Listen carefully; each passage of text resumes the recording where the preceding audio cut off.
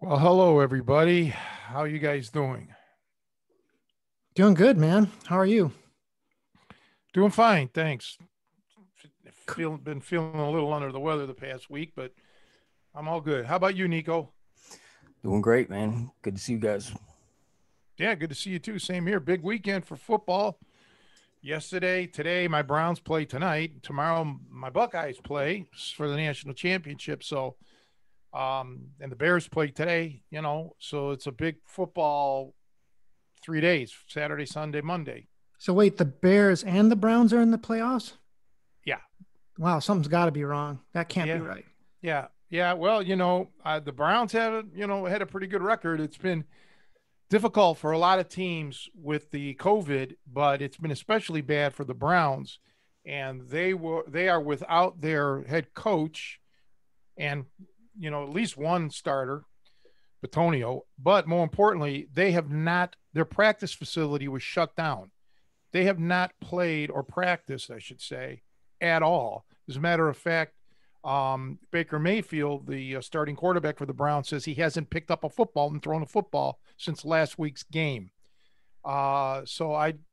I mean, that just isn't right, But the NFL is not going to postpone these games like they had others during the season because it's getting too close to Super Bowl time, with the scheduling, and that's all been prearranged. So the Browns are moving forward, and I'm in their corner, man. I'm wishing them the best.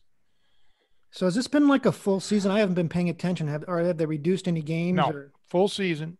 They played their 16 regular season games, unlike Major League Baseball, which I just uh, protested. I guess you'd say I didn't follow baseball because it was a joke of a season, 60 some games or whatever. Yeah, yeah. So yeah, this is it. We're in the playoffs, and we'll see what happens come February Super Bowl. Do you still, so you feel this is, you don't think any of the COVID restrictions or anything had impact on the way the season played out, or do you think it's been a pretty fair season all in No, all? it most definitely affected. The Browns could have been playing or could have won the division. A couple weeks ago, when they played, they had not only both. This is unprecedented in the history of the NFL. They had both starting wide receivers and both backup wide receivers ineligible to play because of COVID restrictions, not injuries. I mean, these restrictions. Plus, they had some other players that couldn't play. Now, I just follow in depth the Browns, so I'm sure that this has happened to other teams as well. And it's just, like I say, it's not even an injury. It's not like these players even tested positive. So imagine let's say we were on the same team and you get injured, you blow your knee out, and I just happen to be standing next to you. Now, I'm not allowed to play because I was in your vicinity. So that's basically what went down. So no, I don't believe it's a fair situation. But you know, the season marched on. The only good thing I could say is that everybody played 16 games, their regular season schedule. But nah, it's crazy. So, what's on the agenda today? Motivations? That's what we discussed, right? Because it's the first of the year, pretty much. Yeah. Last week we had, Brian Deneve as our guest, and so we really kind of focus more on him. But first of the year, a lot of people make their New Year's resolution And as I used to talk about on my Facebook videos, I'm really not, I mean, I think I probably have done things just more of as a lark, but I never really made any resolutions because I'm the type of guy that if I want to do something, I'm going to start right now. I'm not going to wait till the beginning of the year. I'm going to start whatever time of the year it is.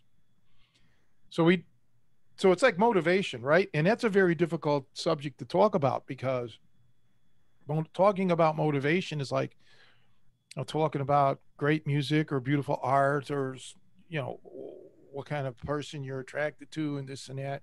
Everybody's got it's different for everyone.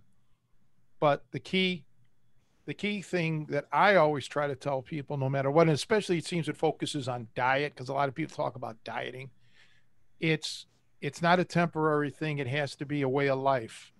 So any resolution you may make or any kind of goal you set really should be a way of life, and you should be doing things for that. So you have to find each and every one of us has to find our own personal motivation, what's going to make it happen and what's going to keep us going through the ups and downs because as you well know, both of you guys, and I'd like to hear you talk on it more than even me, is that you have roadblocks, you have setbacks, you have obstacles.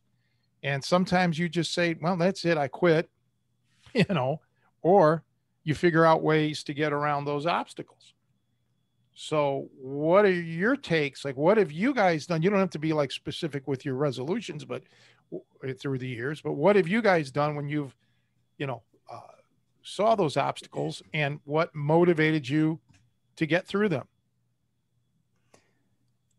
I think for me, for example, like if you set a physical performance goal or an exercise goal, for me, it's usually I'm getting burnt out with the same old routine or, um, just getting burnt out, period. So for me, it's always taking a break, maybe take a week off, do something else, take your mind away from it, and then get back to it. And you feel better about it again. You feel more motivated, more refreshed, more rejuvenated, but, just ready to go. So I think that's for me is key. Just take a break from it, get away from it for a little bit. Joe? Well, actually, I think that's a really good point because I do think if you're constantly working out, like, and you can probably talk to this, Tony, a little bit about strength training, but there is, my understanding, there is the concept of kind of training in waves or cycles. So you're not constantly working. There's actually a benefit to taking a break from things. So it's not like a clear, like linear progression, but you kind of ramp up and then you kind of take, even like I think fighters in camps, right? You're not constantly training at 100%. You kind of build up to the fight, and then after the fight you take a couple weeks off, and having that kind of cyclical approach to physical training and probably other areas too has an advantage, if I'm not mistaken. What's your take on that, Tony? Yeah, I several years ago on Facebook, I made a video about, I forgot exactly how I titled it, but it was basically walking away from your goals or your goal.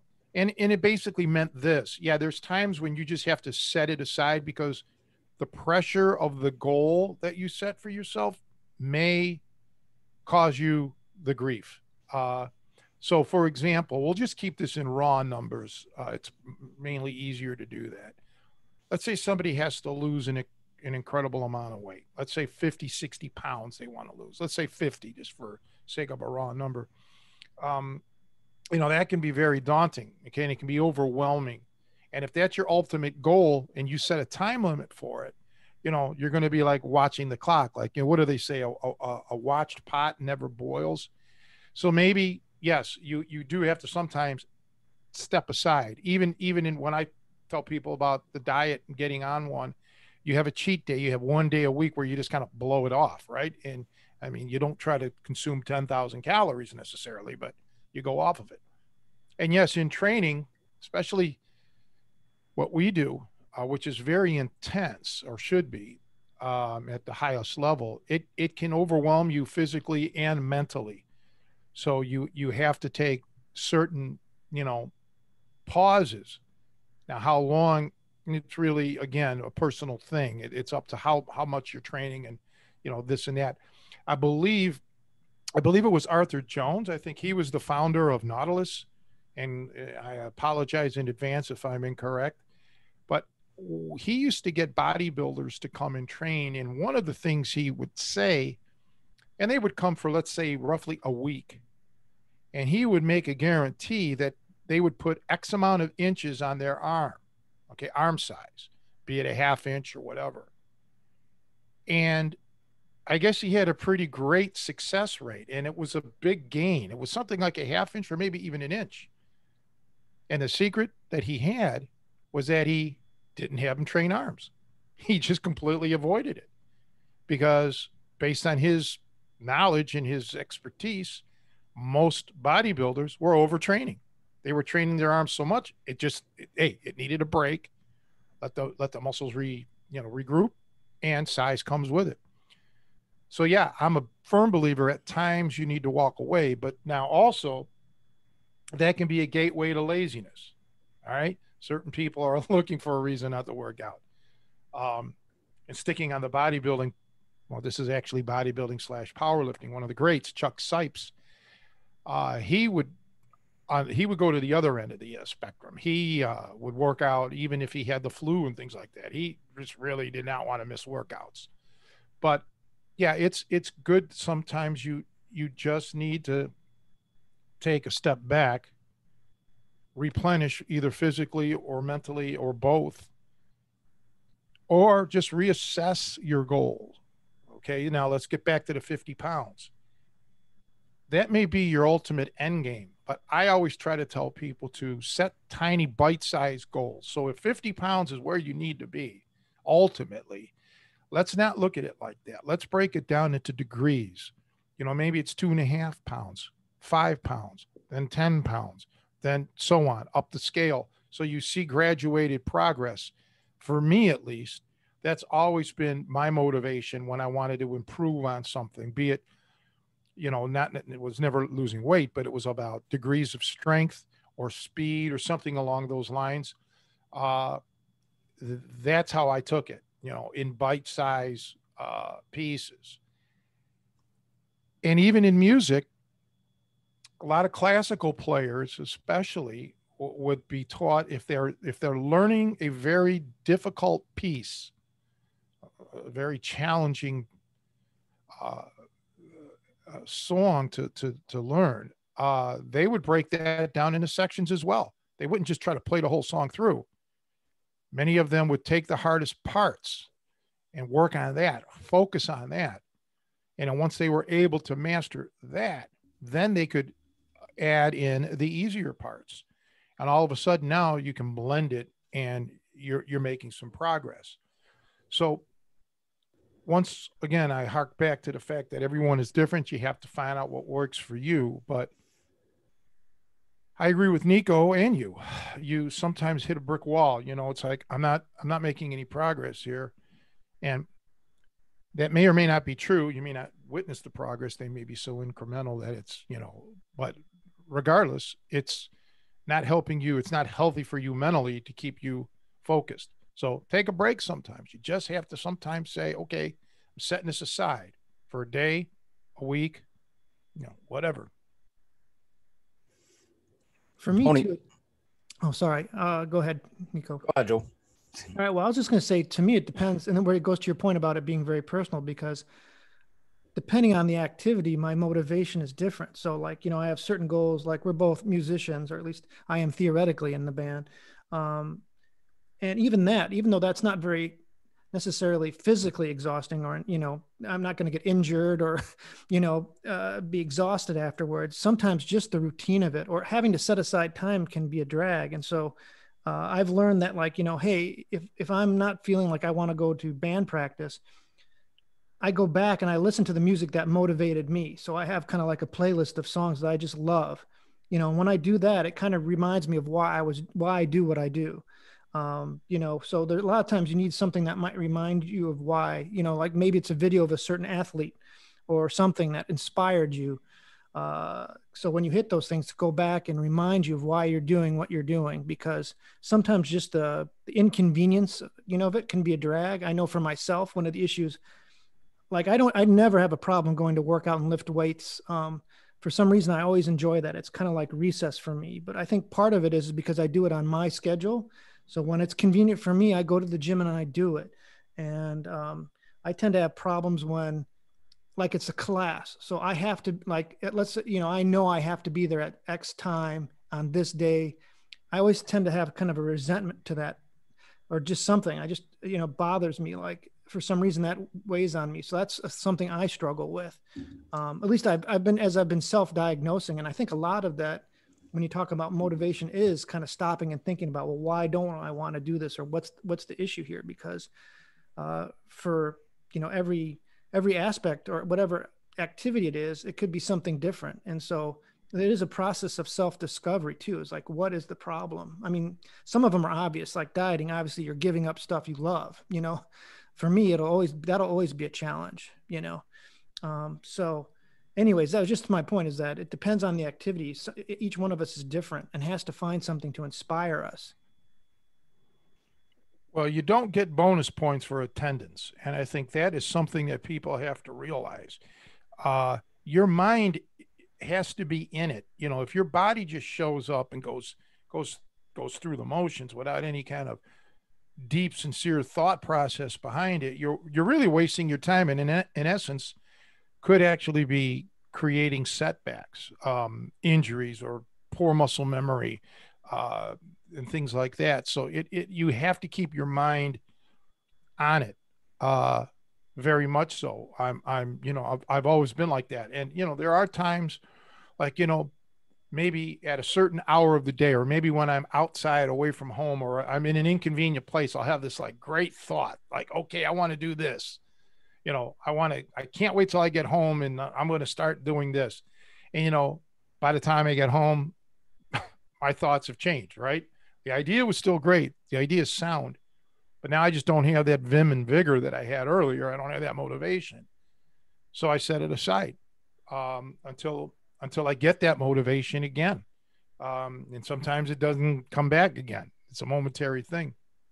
So yeah, I never, with it. I mean, only a few times did I ever have to rehearse like you did. When I played music, I was a freelance jobbing musician, so I never knew who I was going to be playing with. So I just had to keep my chops up. Um, but now, you know, I've given this a lot of thought. We have, everyone has access to a lot of information now. Thanks to the internet, pretty much. I remember many years ago, I spent a lot of money on a Marantz cassette tape recorder player. I still have it somewhere, that would slow down music half steps, or half speed. And that was just to help figure out difficult, fast licks or something, whatever. And now you can do that on YouTube, and it slows things down and doesn't even change the pitch, which is unbelievable.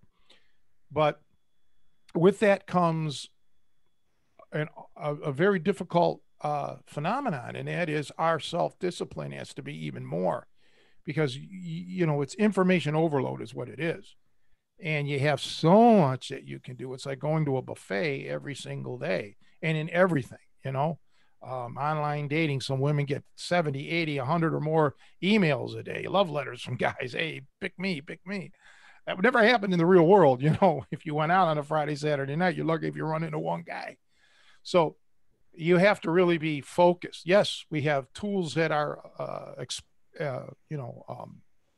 there for us. Okay. But yet, can we stay focused?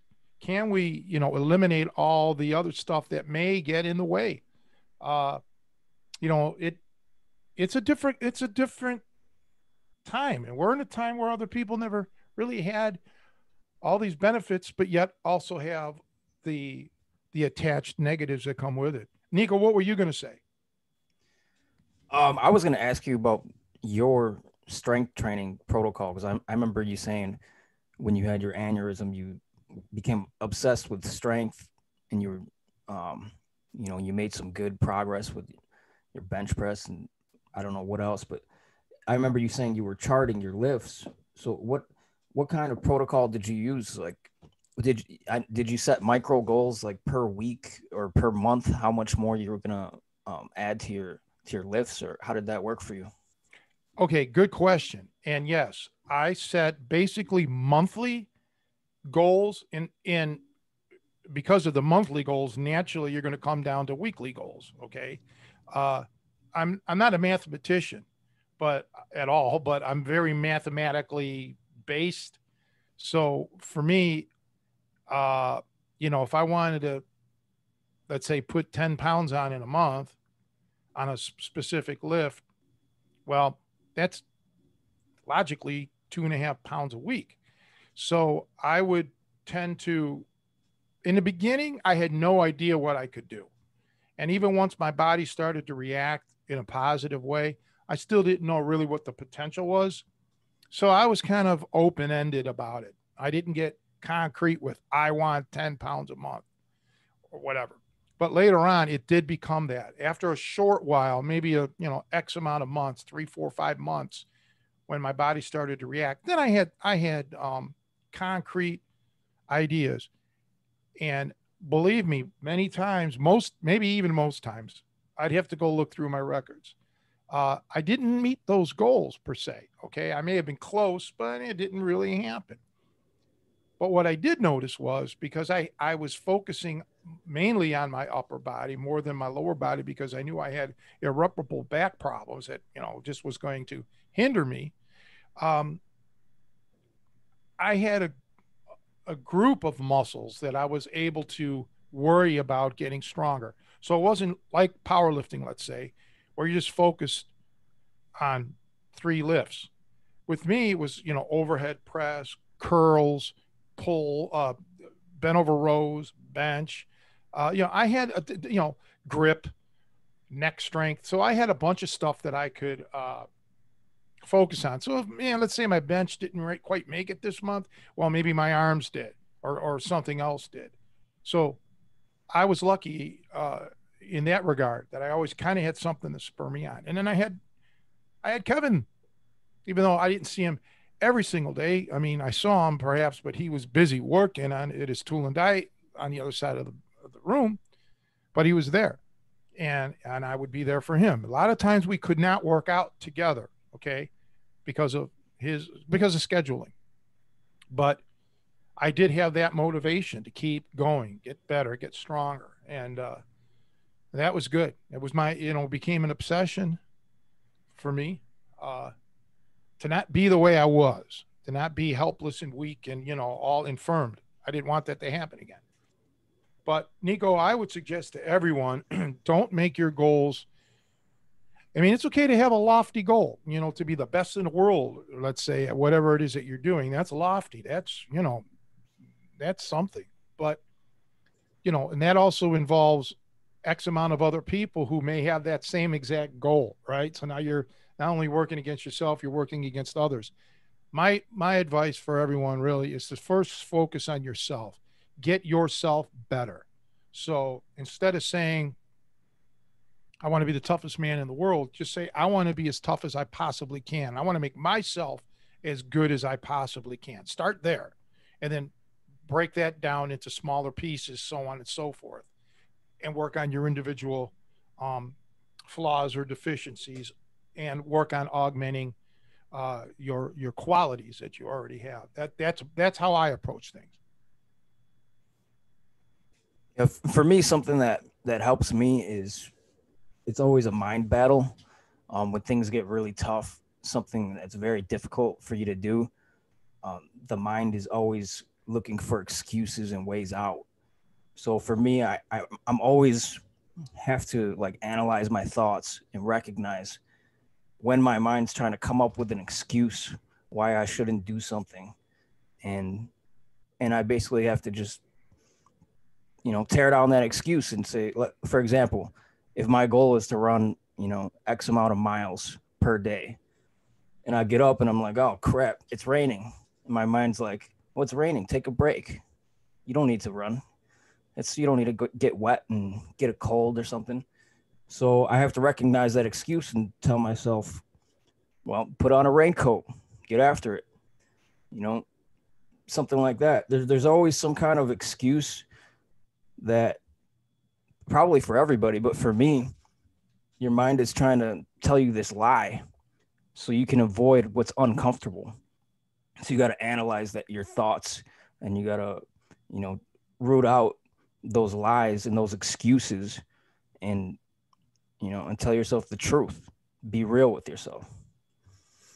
I couldn't agree more. And that's why I'm a big believer in having contingency plans because, okay, if you want to delve into the power of the mind, because really that's the key to all of this, it's having that mindset. And yes, it may be raining outside, it may be sub-zero. Your mind, that's a valid observation. And maybe for whatever reason, you cannot literally get the quality workout in outside. So this is where you have your contingency plan. You have plan B. Maybe you can do it indoors. Maybe you can supplement it by doing something else that'll give you damn near the same benefits.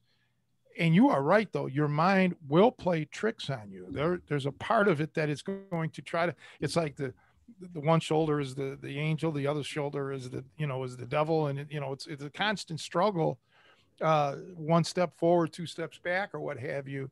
So you got to play games with yourself. You have to have control over your mind. That's just it. Everyone that I know in the world that has been, I personally know, that has been world class at what they do had that focus.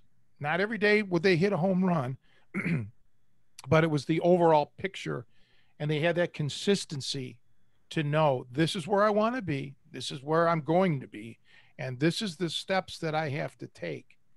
And there may be setbacks along the way, as I mentioned. You may start to even regress. And that's a time, like Joe brought up. Maybe you need to reevaluate. Maybe you need to take a little break or just shift your training. Our body adapts, and that's why every 6 weeks or so, everyone's a little different. You want to change up your routine a bit, shock your muscles. Well, you need to do the same thing mentally. You need to get, because you're, like you say earlier, Nico, today, you tend to get bored. Some people do, others don't. They're very regimented. They like the routine, but yeah, you have to spice things up. And that's an individual journey. That's something that I can't say what you can do. It's all about a matter of personal taste and preference.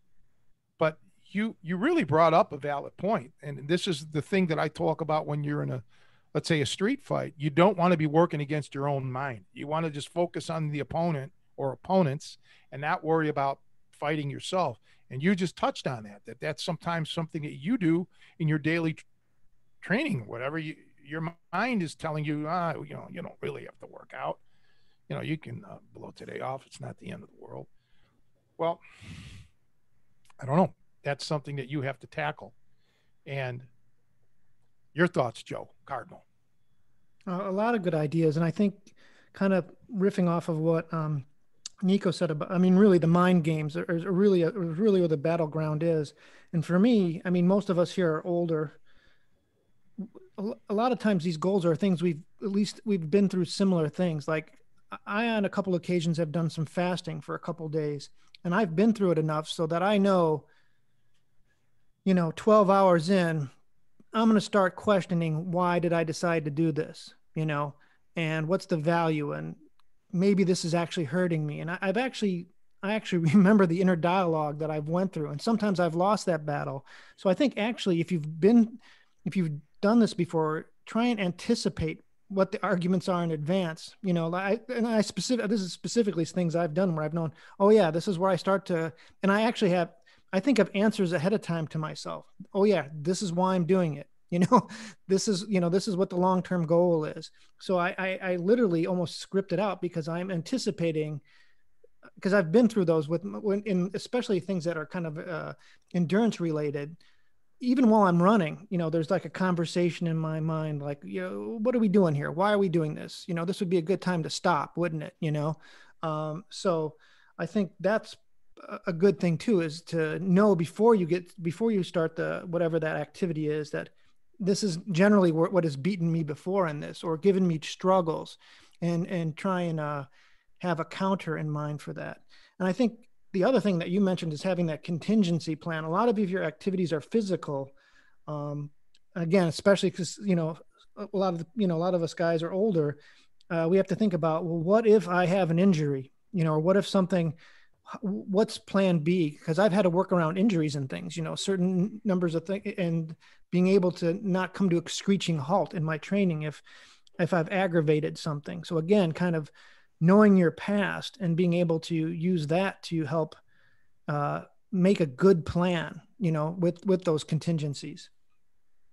Yeah, and the contingencies. I've said this before, and I'll be repetitive in this. As long as you can keep your mind active, sometimes just visualization if you have an injury, or you know uh, depending on where your injury is, don't work any techniques that would involve that particular injury. Yeah, so you do need to have a uh, a valid contingency plan. Maybe it's just studying, maybe it's research, maybe it's putting together other kind of programs. Now, I don't know if I've ever said it, but I'm when it comes to like working out, lifting and shit, I don't necessarily really enjoy doing it. I mean, I'm always fighting myself to get through it. And the thing that motivates me is on my very last rep of my last set, I just feel so invigorated. I always leave thinking, wow, I'm so glad I did it. So that's projecting into the future, kind of using the past to project in the future, like you had just mentioned.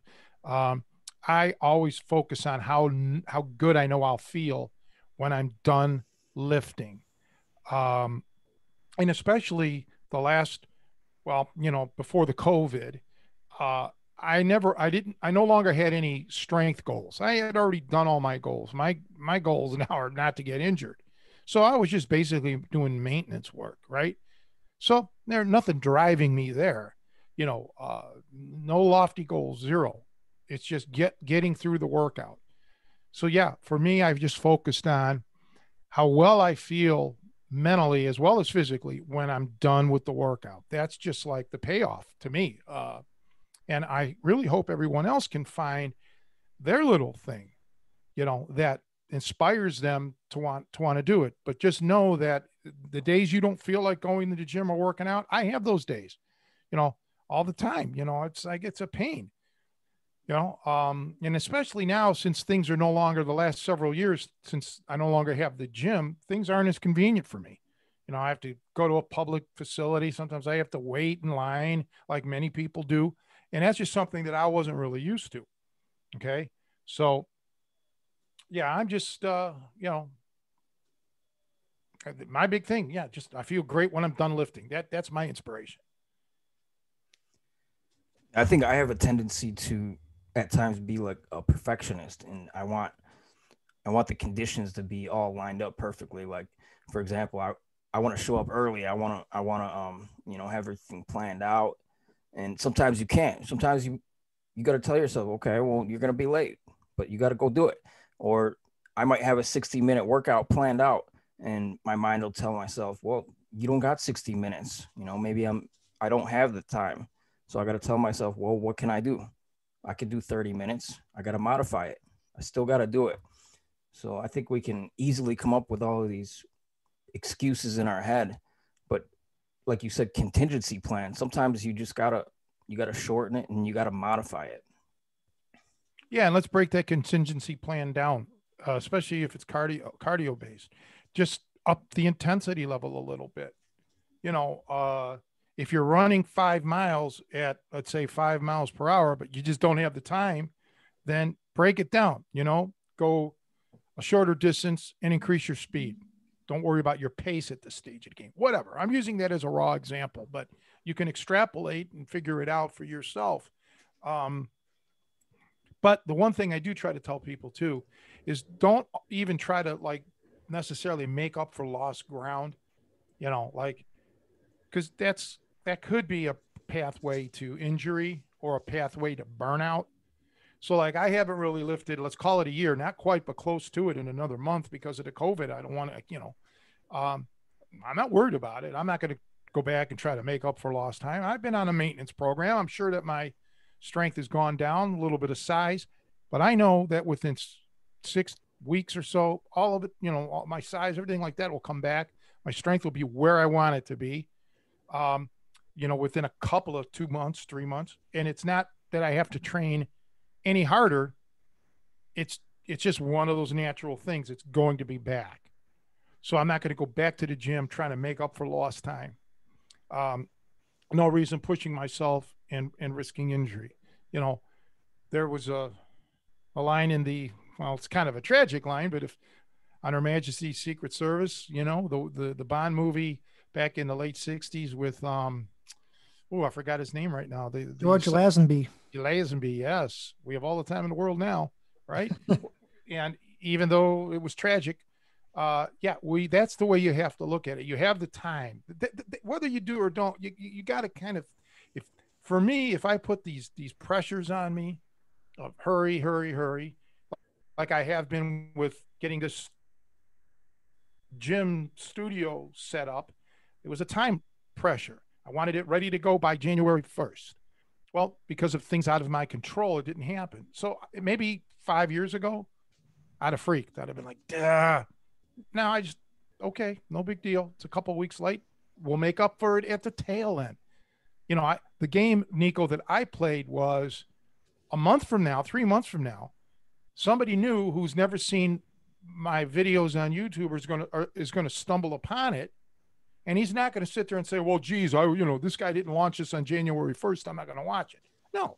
So that's the little mind game that I play with myself. And I didn't, Nico, necessarily have a contingency plan outside of the fact that I know that we had the podcast going every month or every week. So that was my contingency for this. So I didn't bust, I worked hard. I worked very, very hard on this, but I didn't get it ready by the first. Okay, so be it. So you didn't bench 300 by your birthday. Okay, so be it. You'll get it in a month later or whatever, So don't beat yourselves up too hard is what I'm getting at, because that's not going to work. It's not going to help you. It's just going to, unless you can trigger that to be a motivator. Some people can't. Another piece of advice I got, and it's always stuck with me, and this is related to starting a new job, so it's not necessarily a goal, but I think it can pertain. I was just talking to my sister. This was when I think we were in high school or whatever, but we were just starting whatever new gigs. And it was just kind of the observation that, like whenever you start a new job, kind of the first 2 weeks always suck, and you just got, because you don't know your way around. You don't know the people yet. It's uncomfortable and it's a little bit more scary, right? You got to, there's a lot more insecurities there. You haven't figured a routine. You don't know what's expected of you.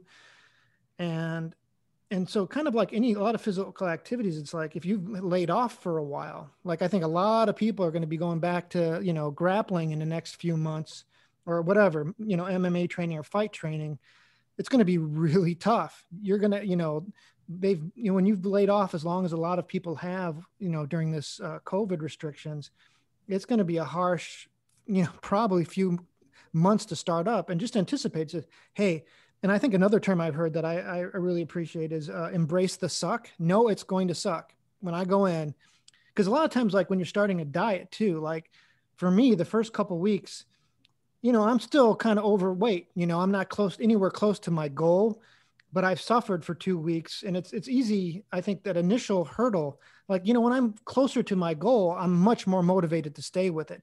But when I initially start off, I feel like I'm sacrificing a lot for very little gain.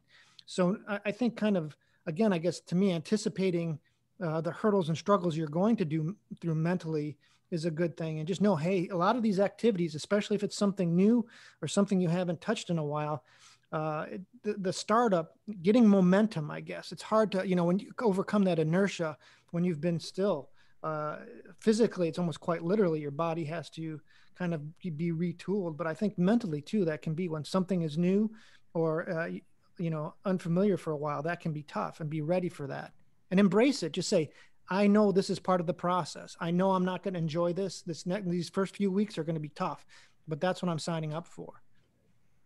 And very good points. And always know that you're not the only one that ever had to go through that. Pretty much everybody does. Going to school for the first time, a new school or something like that, or whatever. You're right. It's going on a first date or checking out a place that you never been to before. You can always have this bit of apprehension. And yeah, very solid advice. So, you know, ultimately though, it all boils down to us, to each and every person as an individual. My goal in talking or discussing this today is to let, again, people know you're not alone. If you're having little doubts, or if you're having, not necessarily fear but apprehension, or you feel, aimless, you're not alone. We're all part of the same, group here. We all have gone through this, and it's normal. It's natural. uh Sometimes when you look at people, like with me, with when I was starting out with my training in anything, fighting or music, or what have you, I was luckily thrust. Well, I in the end I was luckily thrust to these guys who were just giants, literally, tough, strong, or great musicians, technique, this and that. And it wasn't like guys who had a modest ability level. These were guys that had ability that I firmly believed I could never approach. Okay. That could be very discouraging for some people. And believe me, it was initially very discouraged, very, very discouraging for me. But I wouldn't want to have it any other way. Okay. I mean, I could take pride in knowing that the people that I'm affiliated with are the best, or among the best in the world at what they do. So any little droplets that I'm going to get from them, or it's going to make it, beneficial for me. And the chasm, the difference between my initial level and their level, I would know that it would gradually decrease if I stuck with it. So get inspiration any way you can, but always know, everybody, that when you look at a video, if that's what you're into, watching videos of certain people performing certain things, yes, be inspired by it, make it a motivation. Don't let it get to the point where it's like, well, I'll never be as good as such and such, so why bother? No, don't look at it that way, because number one, you don't know that you won't be as good. You could excel or exceed that person. You don't know. But regardless, don't be in it to top that person. Be in it to improve where you're at today. And like Joe said with the diet, maybe in the beginning, normally people lose quicker in the beginning because there's a lot of water weight and this and that. But whatever, you're not going to reach your X amount of pounds immediately, unless it's a minuscule amount that you're trying to look for, like a vanity thing. But know that every day you stick to your diet throughout the course of the program, you're going to be fine. And again, hopefully that it will become a lifestyle for you, where this is just part of the deal, like taking a shower and brushing your teeth is part of your routine. And some days you may wake up and just say, I don't feel like taking a shower, or I'm not going to shave. Okay. Maybe today, you know what? I don't feel like dieting. I think I'm going to go out and have some great Pequod's pizza. Okay. Go ahead. But then, you're going to get back on it because you're on your diet, because it's your lifestyle. So that's how I try to look at things. And Kevin King, that, my buddy from the gym that passed away, that got killed, uh, he had a great outlook on life like that. That, Joe. Nico never got to meet him, but you know how he was. He was very upbeat, and, he did everything wrong pretty much, but he ended up, coming out ahead because he knew the fundamental. He had be it intrinsically or through myself or other people, he understood the science behind what it is that he wants, and he knew that it all really stemmed from up here in his mind. He knew that that's the single most important thing, is to know your goal, and maybe have little things bump you along the way, slightly deflect you, but never ground you, never knock you to the ground where you can't get back up again. Okay. And that's how he was. He would always get sidetracked, either with work, or he was an excellent trap shooter, or he would go hunting or whatever. but he always found his way back to the weight room, and he would always get underneath the iron and get done what he needed to get done, and he never let himself get too far you know out of shape. So he had the secret down. He knew it. Yeah, that's a good point, Tony. To embrace roadblocks, embrace the failures, and know that they're going to come, and just embrace it and keep moving forward. I think too many people, they hit a roadblock or they hit a failure and they say, well, that's it. I give up.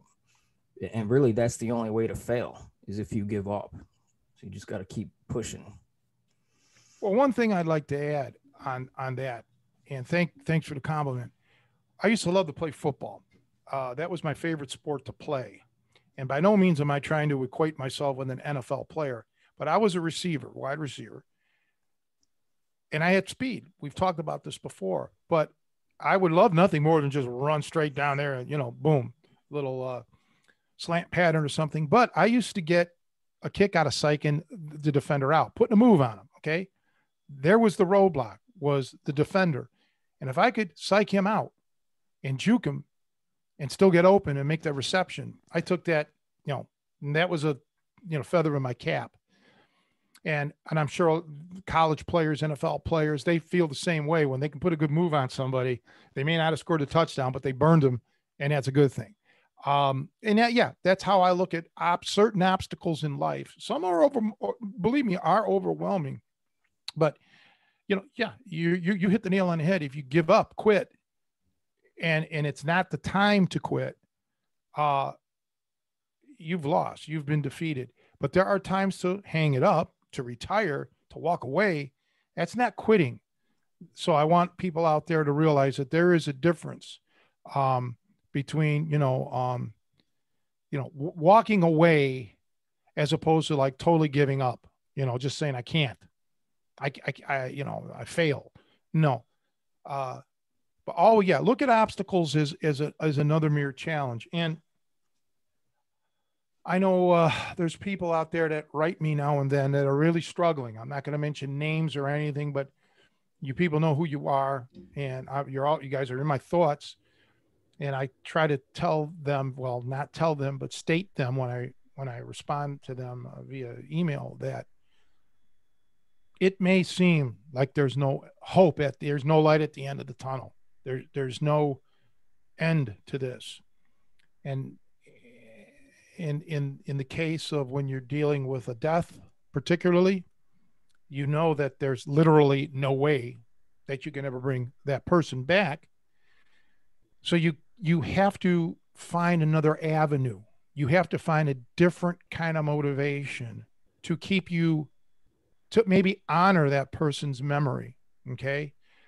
To not let it so overwhelm you and you're in constant state of grief that the rest of your life is meaningless, because I'm sure that person that you have lost that means something to you, or that entity that you were involved in that meant so much to you, would not want to see you as a failure, as a person who's no longer the same character that you were.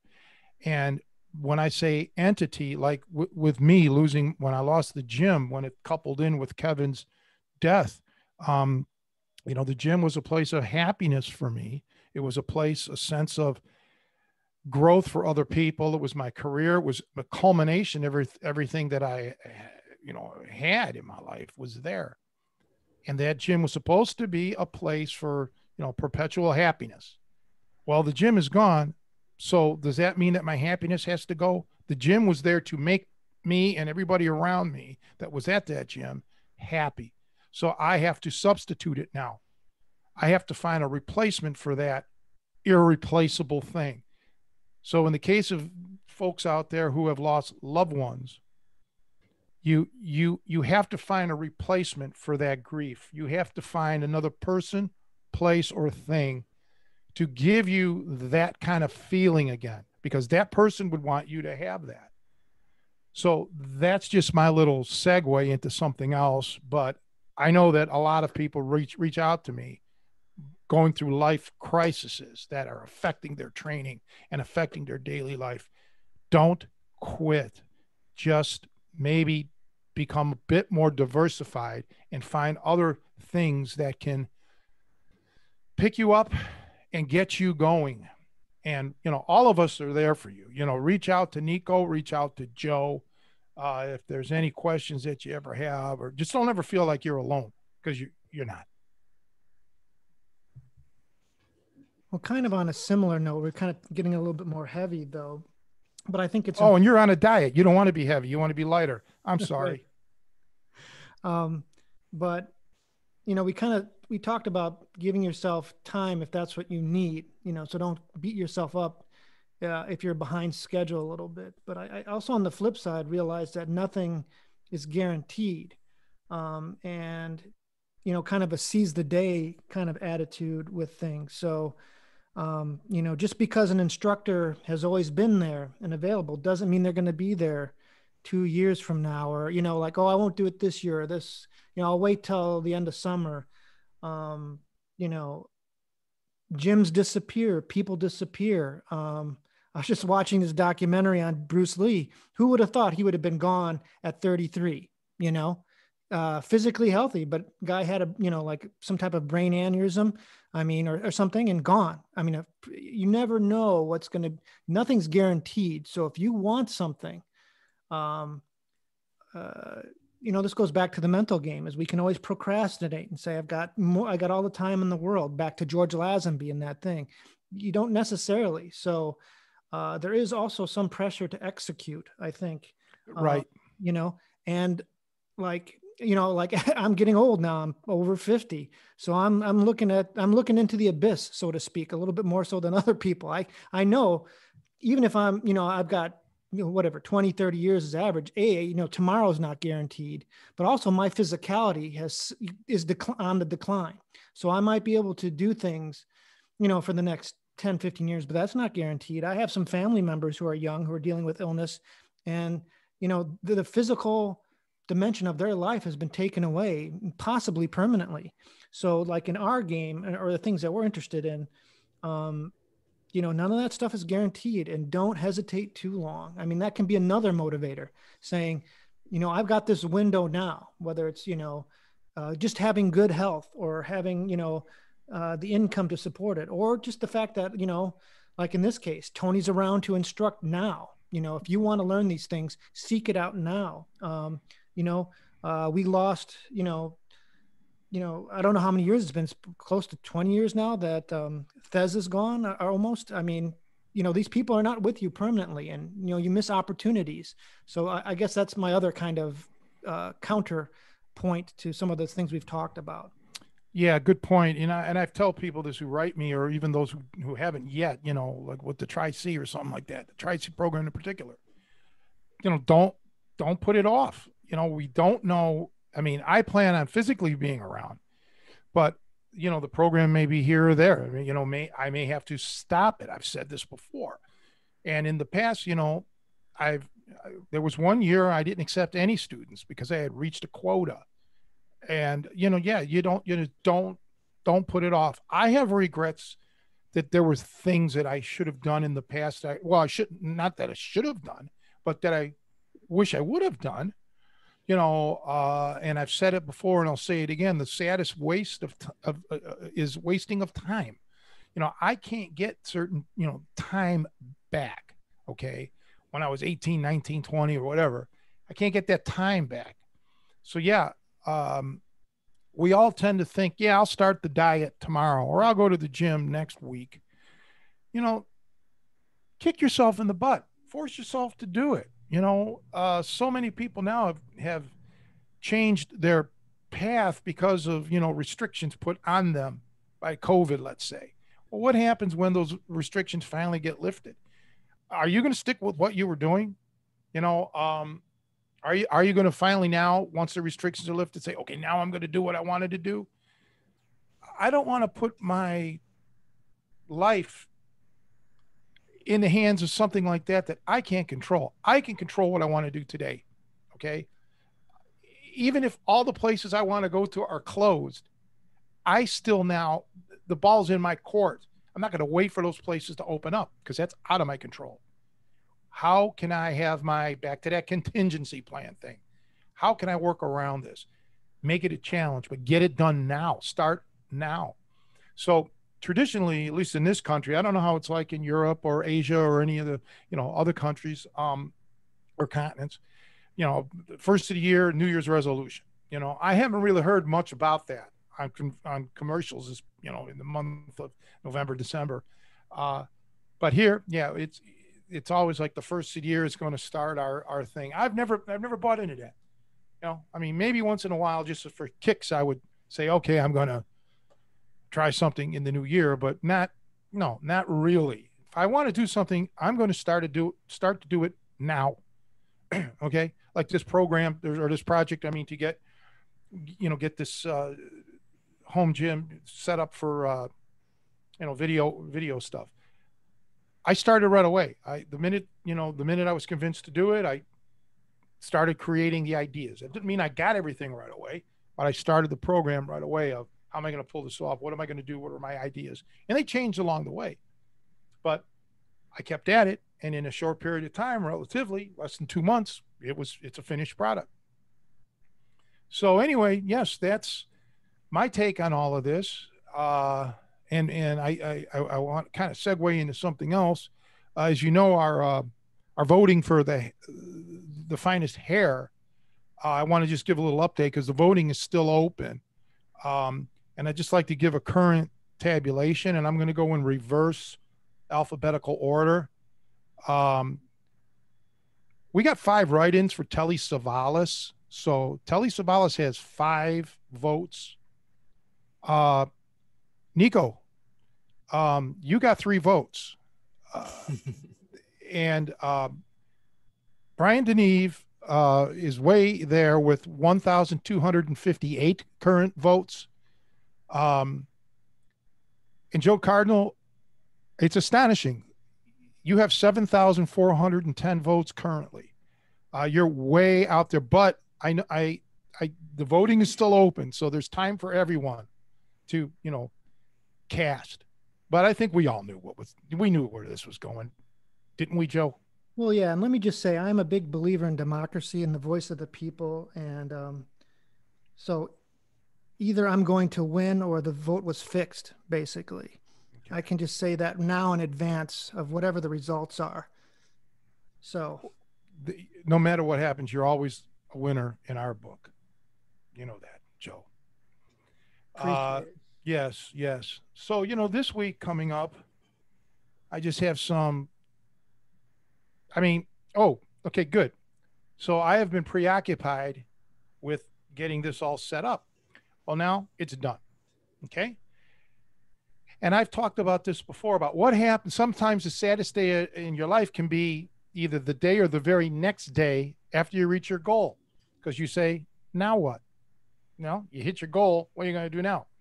So, excuse me, I'm going to, now this week, hopefully I'm having another caretaker come. There was one, she was here Friday. Unfortunately, she'll only be here 3 days a week for half the amount of time that she should be. So I have to kind of, see what's going on with that. I'm going to focus on another goal, I guess you'd want to call it. And that's, working on when I do my weekly extra YouTube videos, I'm just going to work on the editing, get it done. I'm going to focus on that now. That was the whole point of this gym situation here. So I can do these shorter YouTube videos. So that's what I'm going to be focusing on this week. But outside of that, not much, I'm happy in a way. I can start to breathe again. What are you guys up to this week? Gosh, I haven't even thought ahead past today. That's not a good thing, but birthday celebration for my daughter. So that's going to be nice. Happy birthday. Yep. Shout out to Haley. So that's the big thing. So, just back into the routine, back again, the incremental progress, get my daily workouts in, get my training in. Like I said, I'm still not back in class at school, so I've got a little bit of extra free time. So I'm going to I thought you were done with that. Well, then, new semester. So a different class, basically. I'm always, and it goes back to the, kind of what we're talking about with goals is that, I'm just chipping away. Obviously I work full time, so I'm just taking one or two classes, usually just one after work. That's enough, but just keep moving, playing the long game. Virtual or virtual classes? This is weird though. It's like, we'll see how this plays out, but the way it's described online is that like the first through March, it's going to be online, but it's actually a science class. And so I'm sure there's some lab work. And so it's going to be like a hybrid where I don't know if they're thinking that with the vaccines and infection rates, if they get to a point where they can start having people back in the classroom, I'm a little suspicious of that. We'll see how that plays out. So initially, to answer your question, it's going to be all online, but they may transition to having some in-person class things. So we'll see how that goes.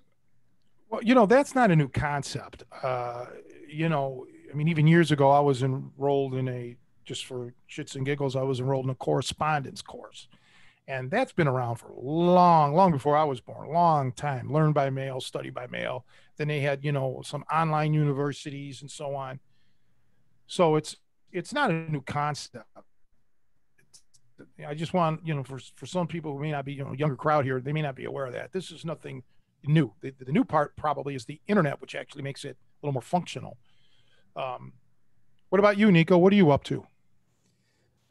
Oh, nothing much. We can just take it at one day at a time. I'd like to just make one more point. Going back to what you said, how basically you and Kevin really helped each other, attaining goals, and I think that's very important. And for anybody that's interested in training with Tony or his products, I could tell you firsthand that I attained way better and way faster, a much better level of conditioning than I would have been trying to do it by myself. So I think having somebody to help you and even hold you accountable, because like some of those workouts were really hard, and I didn't look forward to doing them, but I knew that I was going to be held accountable. So that kept me focused. So I think anybody that has a New Year's resolution of getting more fit, or learning self-defense or whatever, definitely should take the opportunity, get Tony's products, or train with him. Well, thanks for that, Nico. I was a shock. I really appreciate it. But let me just say that Nico, and this is the beautiful thing about it. A lot of people say I want to find a good coach, and many coaches say we want to find a good student. You can't find one better than Nico. I mean, he really. I mean, I got to know him slightly. I mean, I didn't get to know him well at the beginning. I didn't even the first time he was here. I didn't even know him at all. But he put the effort in. And you can tell when somebody's doing it. I mean, I've been an athlete my whole life, so I know when you're actually working out and you're not. You can tell me what you're doing, but your actions will show me.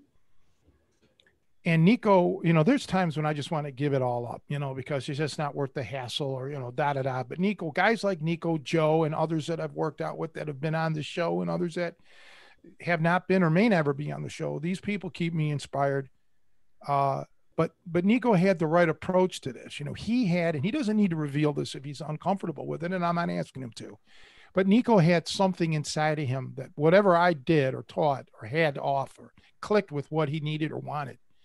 And, that's what I can tell people out there. If you can find an instructor that you can click with, not just personality wise, because that's very important, but, in a historic way, in a way that they have what you really want. That's really like the key. That's really important. And I speak from my own personal, my belief that's how I feel. But Nico's been a godsend. He's been a joy to know, and an honor for me to know. And we've had some fun times going, after workout, go, grab a pizza or something like that. And Joe's been there, and Joe knows what it's like. And I've had a lot of fun with Joe, ups and downs. We share life's ups and downs, but that's part of being a team. And, I'm blessed in that regard for having you guys and others in my life. Thanks. Yeah, I think having a support group, a lot of what we do is not easy.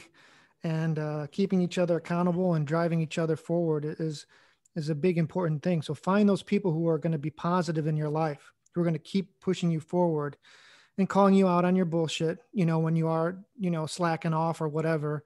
But yeah, it's important. Who you surround yourself has an impact on your success. And so that's another thing. It's just like we talked about the internal voice. There are external voices, encouraging you one way or the other. And so, yeah, definitely get that support group and think about that too as you go into the new year. Who am I with? Are these people who are achieving their goals, and how are we supporting each other, or are they distracting me or bringing me down? I mean, that's another hard question to ask yourself. Yeah, you said about the bullshit. Yeah, I'm not here to make you feel good. I'm here to make you do good. And I'm going to always try to be a straight shooter. It doesn't mean I have to be mean or rude or crude about it.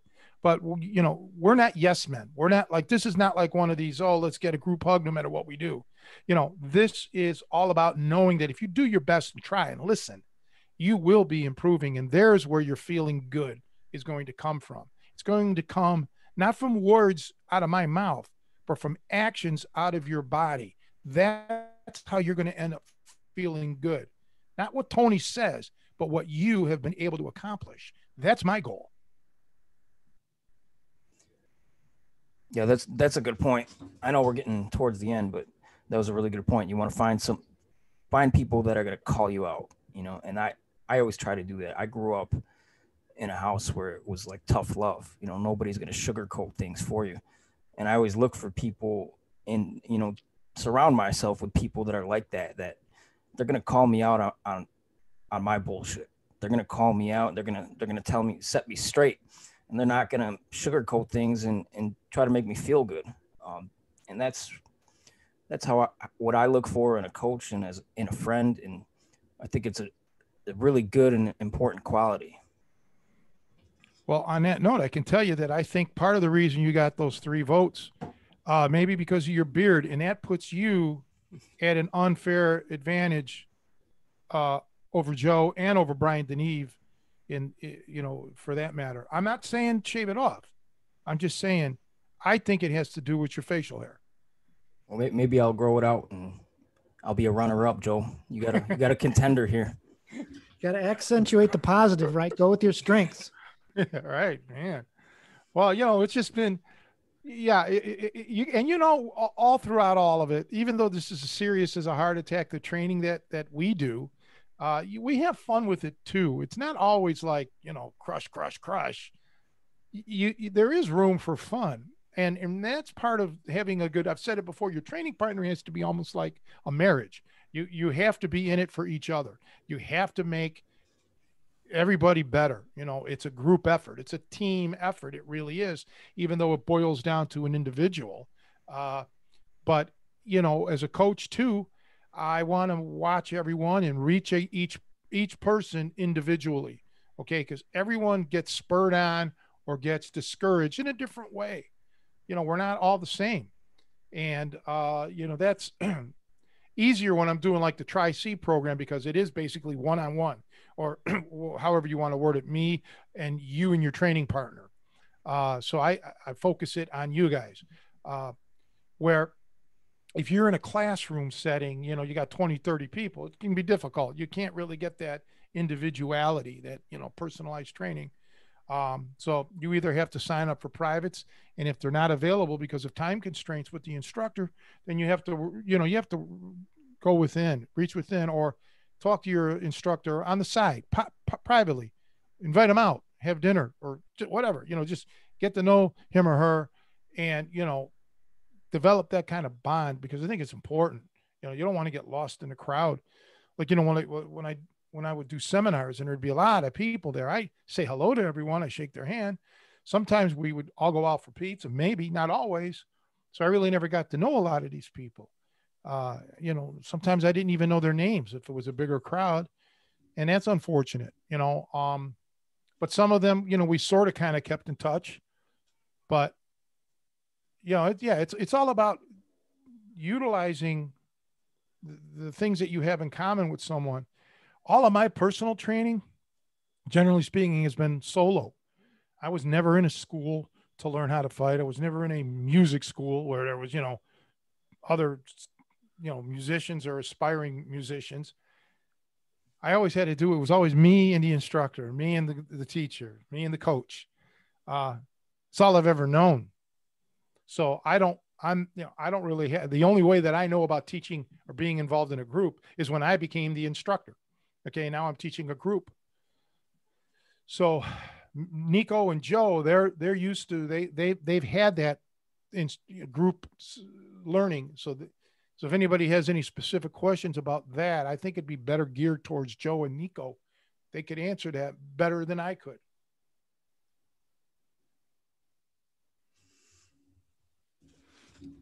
Any other thoughts before we close things out? Go Browns. I think that to me today, after doing this podcast, which by the way, everybody, I really do enjoy. Now, let me just give a little background. So Joe does all the, not necessarily editing, but it's on him to upload it. And then he just lets me know.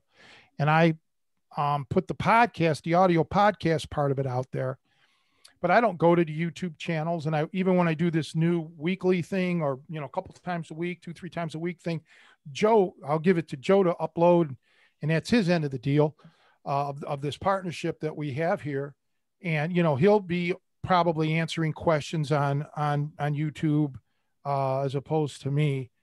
I just insulate myself from that because I don't have the ability or the time or the personality to cope with it, dealing with everything else that I'm dealing with here. But I want you all to know that I get inspired by doing these podcasts. It means a lot to me to be with Joe and Nico and reaching out to people, because I get emails saying, "Oh man, that's a cool, I really enjoy your podcasts." And that's nice. It makes me feel good. And we have these guests that come on now and then. I enjoy seeing them even virtually, which we'd be doing even if we didn't have the COVID. This is how it is. So I just want to, again, I always say thank you, but I do really mean it. Not just Nico and Joe, but thanks to everybody out there that watches or listens. And we'll make some alterations along the way. This thing that I'm going to be doing with YouTube. I got plans, I got ideas, but somewhere along the way we may make modifications, and then we'll go from there. But yeah, just want to say thank you again to everybody, and you and Joe and Nico. All right, guys, it was good seeing you. Good talking to you. Thank you. Thank you. Bye.